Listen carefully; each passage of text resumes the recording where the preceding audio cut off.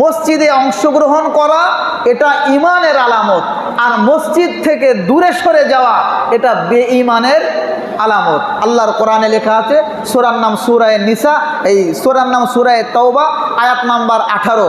বাংলা মোবাইলে খুলে দেখবেন, মসজিদ থেকে যারা দূরে সরে যায় এটা বেঈমানের লক্ষণ, এবং মসজিদের সঙ্গে যারা সম্পৃক্ত থাকে এটা ঈমানের লক্ষণ, ঈমানের আলামত। আলামাতুল ঈমান হুব্বুল মাসাজিদ। ঈমানের আলামত হচ্ছে মসজিদকে মুহাব্বত করা, এর সাথে সম্পৃক্ত থাকা, এই মসজিদের জন্য নিজের জানকে কুরবান করে দেওয়া, এই মসজিদের জন্য নিজের মালকে কুরবান করে দেওয়া। জোরে বলুন সুবহানাল্লাহ। আল্লাহ বলেন, ইন্নামা ইয়া'মুরু মাসাজিদাল্লাহি মান আমানা বিল্লাহি ওয়াল ইয়াউমিল আখির। সূরার নাম সূরা তাওবা, সূরা তাওবার 18 নম্বর আয়াত আমার আল্লাহ জানায়া দিয়েছিলেন। আমার আল্লাহ বলেছিলেন, শুনে নাও ও আমার বান্দা বান্দিরা, খুব গভীর মনোযোগ দিয়ে শুনবা। ইন্নামা ইয়া'মুরু মাসাজিদাল্লাহি মান আমানা বিল্লাহি ওয়াল ইয়াউমিল আখির।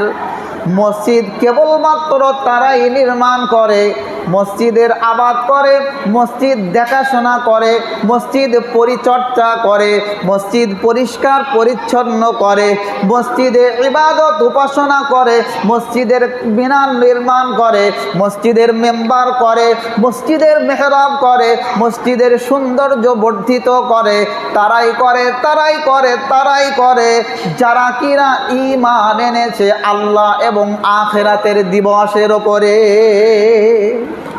আল্লাহ পাক এই আয়াতের মধ্যে বলেছেন, যারা আখিরাতের দিনের ওপরে ঈমান রাখে তাদেরই ক্ষমতা আছে এই মসজিদ নির্মাণ করা, নচেত কারোর ক্ষমতা নাই। আল্লাহর ওপরে যারা ঈমান আনে। সুতরাং এই আয়াত থেকে এই আয়াত এইটা প্রমাণ করে যে মসজিদ নির্মাণ এবং এর পরিচর্যা করা হচ্ছে প্রতিটা মুসলমানের দায়িত্ব, ঈমানি দায়িত্ব এবং ঈমানের আলামত। সুবহানাল্লাহ বলেন। মসজিদে অংশগ্রহণ করা এটা ঈমানের আলামত, আর মসজিদ থেকে দূরে সরে যাওয়া এটা বেঈমানের আলামত। আল্লাহর কোরআনে লেখা আছে, সূরার নাম সূরা নিসা, এই সূরার নাম সূরা তাওবা, আয়াত নাম্বার 18। বাংলা মোবাইলে খুলে দেখবেন, মসজিদ থেকে যারা দূরে সরে যায় এটা বেঈমানের লক্ষণ, এবং মসজিদের সঙ্গে যারা সম্পৃক্ত থাকে এটা ঈমানের লক্ষণ, ঈমানের আলামত। আলামাতুল ঈমান হুব্বুল মাসাজিদ।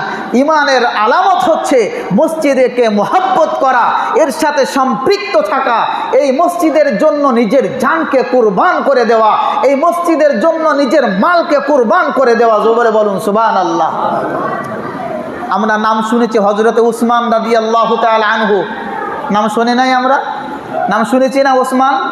উসমান আমার আপনার মতো গরিব মানুষ ছিলেন না, উসমান অনেক অনেক মালদার ছিলেন।